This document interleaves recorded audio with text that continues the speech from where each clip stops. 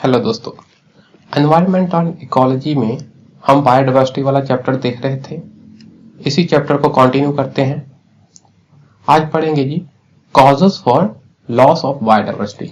ये हमारी biodiversity loss हो रही है, क्यों हो रही है, इसके क्या क्या कारण है।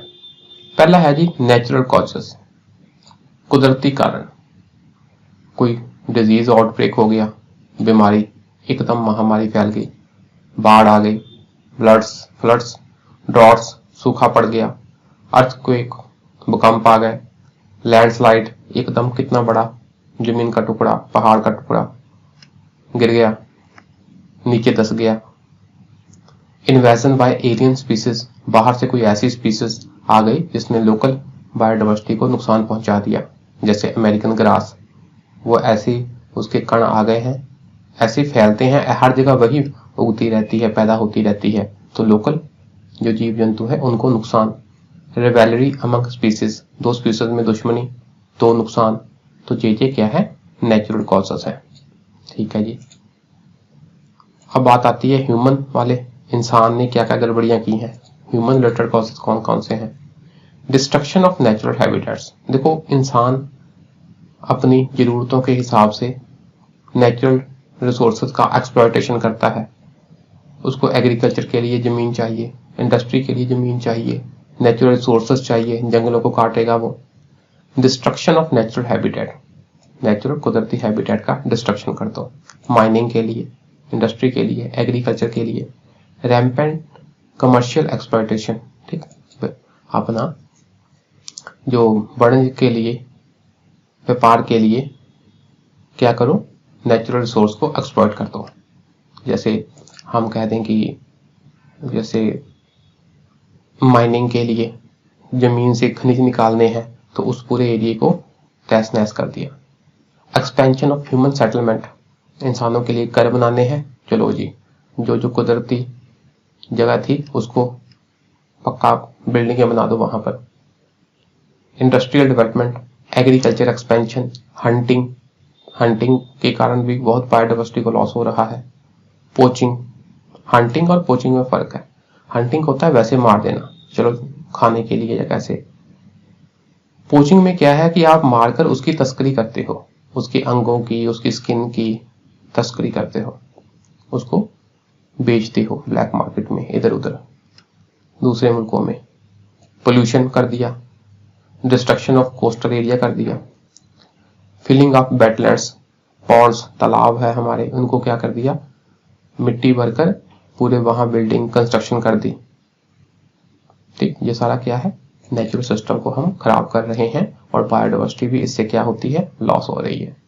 ठीक, मान लो कहीं थोड़ा वेटलैंड था, आपने उसको समतल कर दिया, तो जहां पर पलने वाले मछलियां, बत्तख, पक्षी, जहां और उसके ऊपर डिपेंडेंट और जो फ्लोरा एंड फौना, वो भी सब नष्ट हो जाएंगे। और दूसरा ग्राउंड वाटर रिचार्ज नहीं होगा, तो कई प्रकार की समस्याएं आ जाएंगी।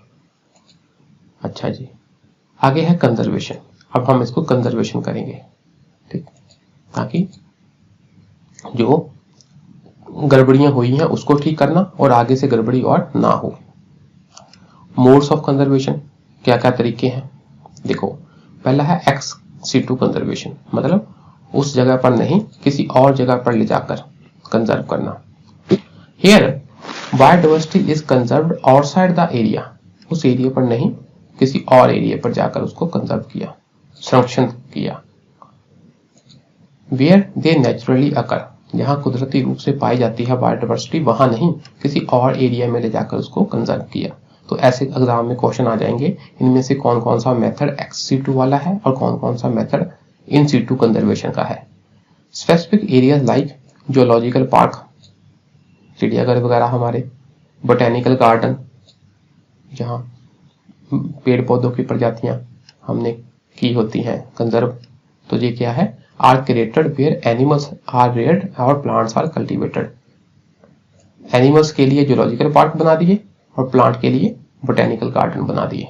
तो जियोलॉजिकल पार्क्स जो है, जहां बोटेनिकल गार्डन, ये किसकी एग्जांपल्स हैं, किसकी उदाहरण है, एक्स सीटू की, क्योंकि हमने किसी और जगह जाकर इनका संरक्षण किया। ठीक, उनके नेचुरली जहाँ आकर होते हैं, नेचुरली रूप से पाए जाते हैं, कुदरती रूप से पाए जाते हैं, वहां पर नहीं, किसी और जगह जाकर ले जाकर उसका संरक्षण किया, कंजर्व किया। अच्छा जी, री introduction of an element, animal और प्लांट, ठीक है ना, जहां से कोई एनिमल या प्लांट विलुप्त हो गया है, वहां से फिर उसका री इंट्रोडक्शन कहीं और जगह से लाकर उसको रखा गया। ठीक, reintroduction of an animal और plant into the habitat from where it has become extinct, जहां से वो एक्सटिंक्ट हो गया था उसी जगह पर दोबारा कहीं और से लाकर री इंट्रोड्यूस किया गया एनिमल और प्लांट को, is also a form of ex situ conservation. ये बहुत इंपॉर्टेंट पॉइंट है। क्यों? क्योंकि अभी हमने चीते को री इंट्रोड्यूस किया, कहां से? नामीबिया से लाकर, ठीक है जी, इंडिया में।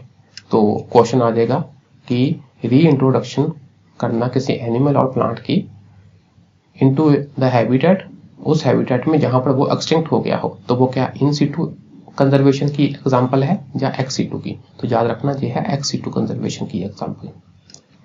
फॉर एग्जांपल री इंट्रोडक्शन ऑफ गंगेटिक घड़ियाल एंड चीता, जो चीता को हमने री इंट्रोड्यूस किया वो भी एक्स सीटू की एग्जांपल है, ठीक है जी। घड़ियाल, जो गंगेटिक वैली में घड़ियाल पाए जाते हैं, ठीक, तो किसी और एरिया से लाकर वहां पर री इंट्रोड्यूस किया, तो वो भी क्या है? एक्स सीटू कंजर्वेशन की उदाहरण, ठीक है जी। Other methods include seed bank, जो प्रजातियां विलुप्त हो रही हैं पेड़ों की, उसके बीज को संभाल लो सीड बैंक में। सीड बैंक ऐसी प्रॉपर लेबोरेटरी टाइप कंस्ट्रक्शन होती है जहां पर हम सीड को कम टेम्परेचर में संभाल के रखते हैं, जब ऐसे संभाल के रख लो। हॉर्टिकल्चर, बागवानी, रिक्रिएशन गार्डन बना दो, जहां पर ऐसी ही विलुप्त प्रजातियों के गार्डन बना दो पेड़ों के, ताकि घूमने फिरने वाले लोगों को, टूरिस्ट वालों को भी अट्रैक्शन मिले, वो वहां आए, आनंद लें, ठीक है जी। आगे बात आती है इन सीटू कंजर्वेशन की। इन सीटू का मतलब जहां पर वो नेचुरल रूप से पाए जाते हैं एनिमल और प्लांट, वहीं पर उनकी कंजर्वेशन करो। It is the conservation of plants and animals in their natural habitat, कुदरती हैबिटेट है, वहीं पर उसकी कंजर्वेशन कर दो। एग्जांपल देखो, वाइल्ड लाइफ सेंचुरी हो गई, नेशनल पार्क्स हो गए, बायोस्फीयर रिजर्व्स हो गए, protected forest and reserved forest, तो ये क्या है? सारे इन सीटू कंजर्वेशन के उदाहरण है। आगे है इशू, समस्या क्या आती है इन बायोडायवर्सिटी कंजर्वेशन, कंजर्वेशन करते समय हमें क्या क्या समस्या का सामना करना पड़ रहा है? तो पहले है low priority is given for conservation of living natural resources, तो जो पहले से है हमारे लिविंग नेचुरल रिसोर्सेस जिनको हम बचा सकते हैं, उसकी तरफ पहले ध्यान नहीं दिया जाता, तो जब मामला गड़बड़ हो जाता है फिर हम कोशिश करते हैं। Exploitation of biodiversity natural resources for economic gain, आर्थिक उन्नति के लिए हम कुदरती संसाधनों का एक्सप्लॉयटेशन करते हैं, नेचुरल रिसोर्सेज का, बायोडायवर्सिटी का, इकोनॉमिक गेन के लिए। इससे बिजनेस जुड़ा हुआ है। जैसे मान लो किसी पर्टिकुलर जानवर की जैसे खाल है, उसकी डिमांड है अगर मार्केट में, तो लोग उसको मारना शुरू कर देंगे, उस जानवर को मारना शुरू कर देंगे। Inadequate knowledge and value about the species and ecosystem, ठीक है ना, इन सब के बारे में हमको इतना पर्याप्त जानकारी नहीं है, हम उसको इतनी वैल्यू नहीं देते। हमको लगता है यार इससे क्या होगा, तो इससे क्या होगा कि अगर ऐसा नहीं करेंगे तो वो वाली प्रजाति विलुप्त हो जाएगी, बायोडायवर्सिटी को लॉस होगा। तो इसलिए अपनी जानकारी भी बढ़ानी चाहिए हमको, और कुदरत के प्रति, बायोडायवर्सिटी के प्रति क्या है, हमारे प्रति समर्पण होना चाहिए, उसको तरजीह देनी चाहिए, अहमियत देनी चाहिए। अनप्लान्ड अर्बनाइजेशन हो रहा है, शहरीकरण, जनसंख्या के लिए जनसंख्या क्योंकि शहरों में जा रही है, वैसे भी शहर बन रहे हैं, तो उससे क्या है, कंस्ट्रक्शन की जा रही है, ठीक, उनके रहने के लिए बनाई जा रही हैं, बिल्डिंगें बनाई जा रही हैं। अनकंट्रोल्ड इंडस्ट्रियलाइजेशन हो रहा है, तो ये सारे क्या है, हमारे बायोडायवर्सिटी को कंजर्व करने में रास्ते में अड़चन पैदा करते हैं। अच्छा जी, आगे बात आती है जी red data book. Red data book तो एक डाटा है, कितनी हमारी स्पीसीज है, उनकी संख्या कम हो गई है, बढ़ गई है, किसको ज्यादा खतरा है, तो इन सब का एक डाटा है, तो उसकी हमने एक किताब बनाई है। For the conservation of species, species की कंजर्वेशन के लिए a record is maintained which indicate the status of threat to these species. तो एक रिकॉर्ड हम रखते हैं भी हाँ भी इनकी संख्या कितनी रह गई है, और ताकि हमको पता चले भी इनको कितना थ्रेट है इन स्पीसीज को। तो उन स्पीसीज की कंजर्वेशन के लिए हम रिकॉर्ड रखते हैं, तो उस रिकॉर्ड को क्या कह देते हैं, red data book. The species judged as threatened are listed by various agencies.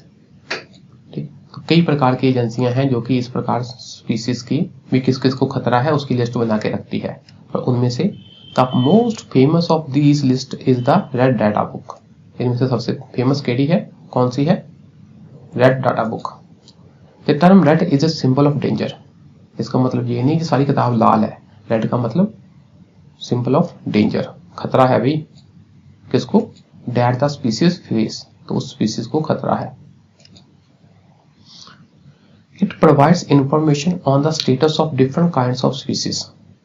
विभिन्न प्रकार की जो स्पीसीज है उनका क्या स्टेटस है, उनकी संख्या कम हो रही है, बढ़ रही है, उनको कुछ खतरा है, उसके बारे में हम इसके बारे में इंफॉर्मेशन दी जाती है।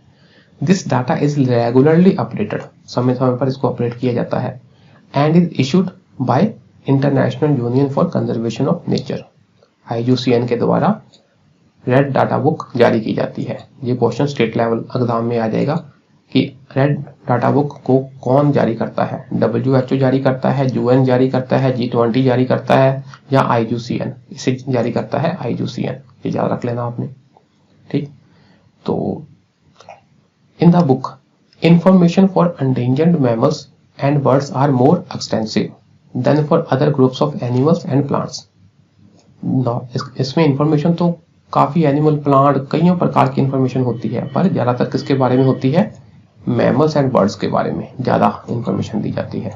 पक्षी और वो वाले जानवर जिनकी फीमेल में दूध की ग्रंथियां होती हैं, मैमल्स, जो अपने बच्चे को दूध पिलाते हैं, वो होते हैं मैमल्स। मैमल्स और बर्ड्स की लिस्ट ज्यादा होती है।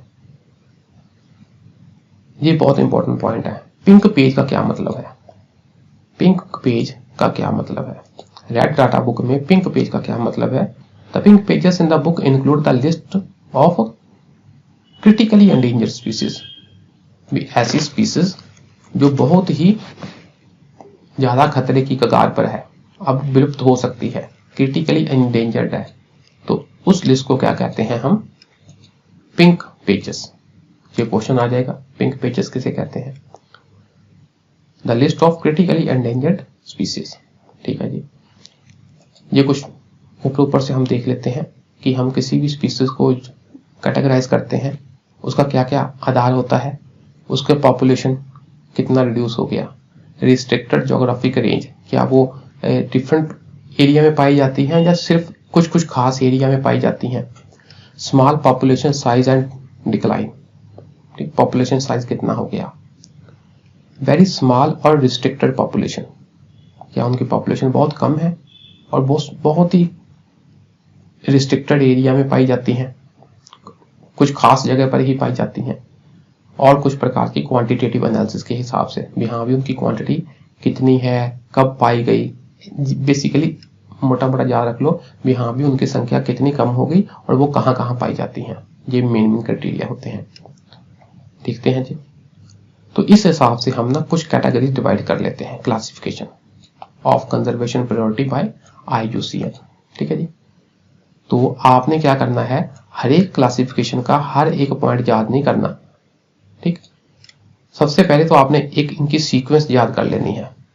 पहले सबसे ऊपर होता है एक्सटिंक्ट, उसके नीचे होता है एक्सटिंक्ट इन द वाइल्ड, उसके नीचे होता है क्रिटिकली एंडेंजर्ड, उसके नीचे होता है एंडेंजर्ड, है ना, उसके नीचे होता है वल्नरेबल, उसके नीचे होता है नियर थ्रेटन। इस प्रकार आपने थोड़ी सीक्वेंस याद रखनी है, और सीक्वेंस में पहली और आखिर वाले के क्राइटेरिया ज्यादा फोकस करने हैं।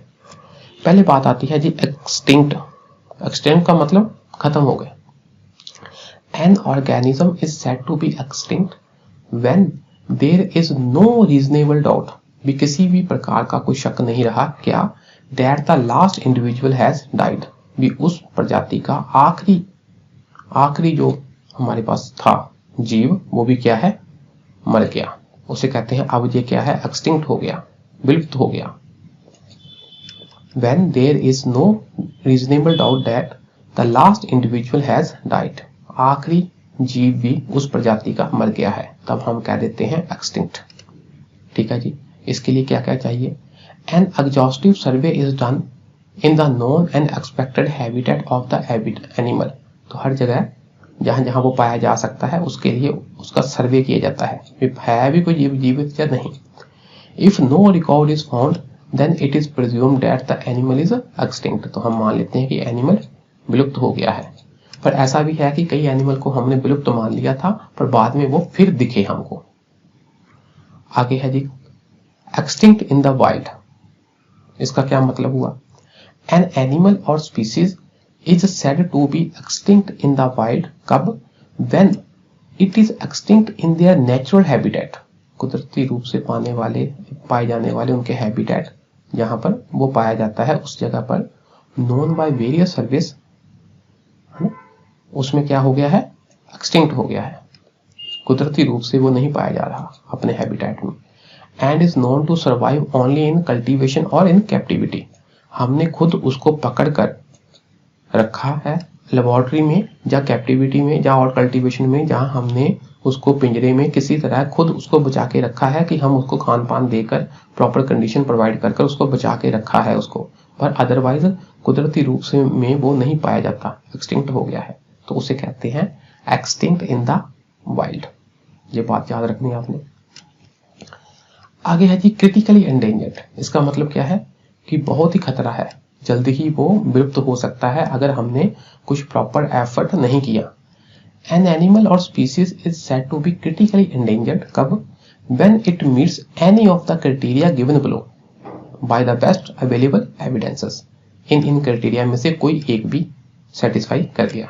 एनी लिखा है शब्द यहाँ पर, कोई एक भी क्राइटेरिया, वो क्या है, इन द लास्ट 10 years, पिछले 10 सालों में it's population has reduced by more then 90%, 90% से भी ज्यादा वो कम हो गए हैं आखिरी पिछले 10 सालों में। ठीक है जी।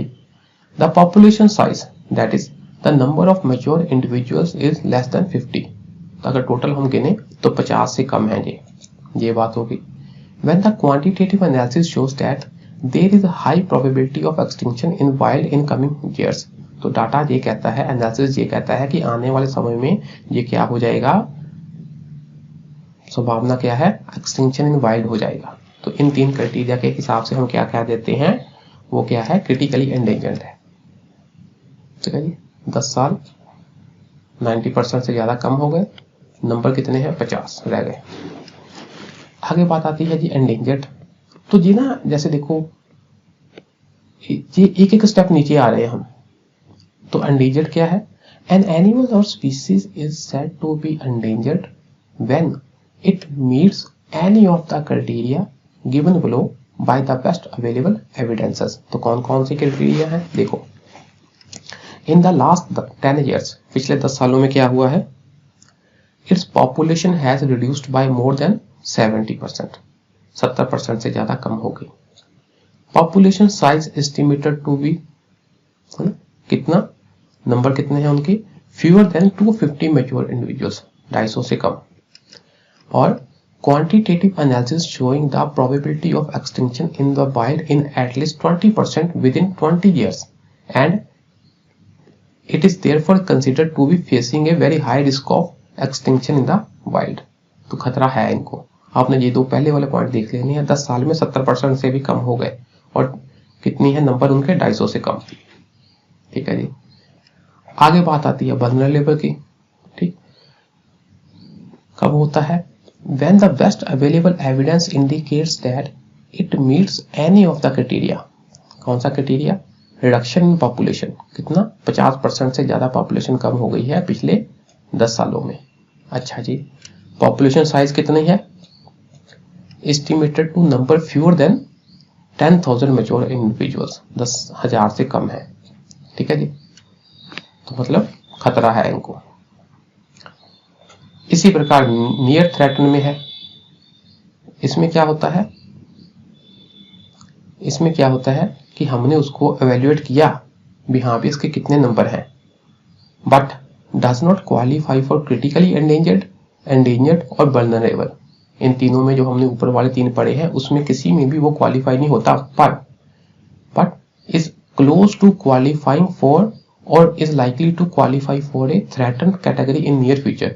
मतलब नियर फ्यूचर में, आने वाले समय में वो इस वाली कैटेगरी में आ जाएगा, इतना हमको पता है, इतना हमने देखा, एनालिसिस किया, असेसमेंट की। इसका मतलब वो नियर थ्रेटन्ड है, थ्रेटन्ड के बिल्कुल पास है। अगर हम ध्यान से देखें, अगर स्पीसीज जहां है उसको थोड़ा और खतरा हो गया तो ये वाली कैटेगरी आ गई, उसको थोड़ा और खतरा हो गया अगली वाली कैटेगरी आ गई। तो इस प्रकार इसकी पूरी सीक्वेंस है जी। आगे देख लेते हैं जी। लीस्ट कंसर्न मतलब हमको कोई टेंशन नहीं, इनकी संख्या बहुत अधिक है। ये टैक्सन मतलब ग्रुप ऑफ ऑर्गेनिज्म, उस प्रकार के ऑर्गेनिज्म, वो स्पीसीज के प्रजाति, उस प्रजाति के संख्या। इज लीस्ट कंसर्न कब? When it has been evaluated against the criteria, हमने उसको गिना, क्राइटेरिया पर जानने की कोशिश की कि कितनी पॉपुलेशन कम हुई है, कितने इसके इंडिविजुअल रह गए हैं, तो पाया does not qualify for critically endangered, vulnerable और नियर थ्रेटन, जो ऊपर हम पढ़ कर आए हैं सारी कैटेगरी, उसमें वो नहीं फिट बैठता और काफी वाइड स्प्रेड है, अधिक काफी संख्या है उसकी, टेंशन की कोई बात ही नहीं, अबंडेंट है, ठीक है।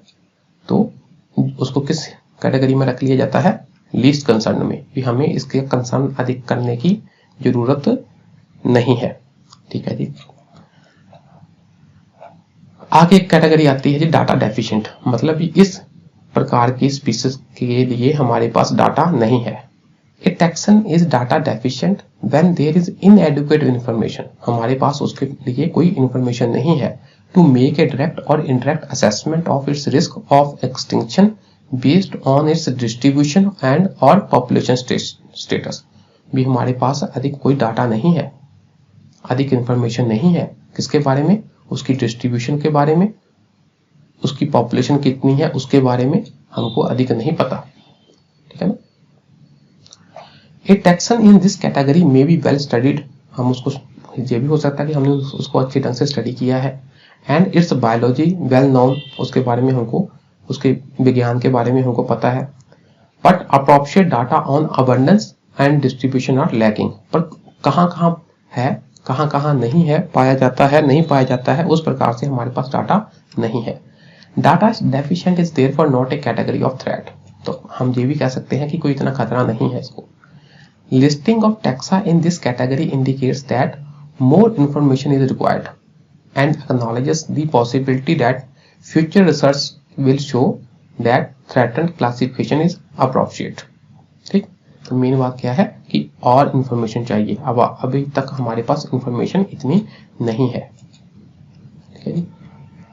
अच्छा जी, आगे बात आती है नॉट एवेल्युएटेड। ए टैक्सन मतलब कुछ स्पीसीज है, is not evaluated when it is has not yet been evaluated, when it has against any criteria, हमने उसको अभी तक evaluate नहीं किया, उसे क्या कह देते हैं? not evaluated, ठीक है। इस टॉपिक को आपने बार बार सुन लेना है, पढ़ लेना है, तो फिर उस हिसाब से समझ लेना है। मेन चीज है आपने पहले 2-3 को जरूर रखना है याद, एक्सटिंक्ट इन द वाइल्ड को और क्रिटिकली एंडेंजर्ड को, ठीक। बाकियों के बारे में समझ लेना है। आज के लिए इतना ही, शुक्रिया, नमस्कार।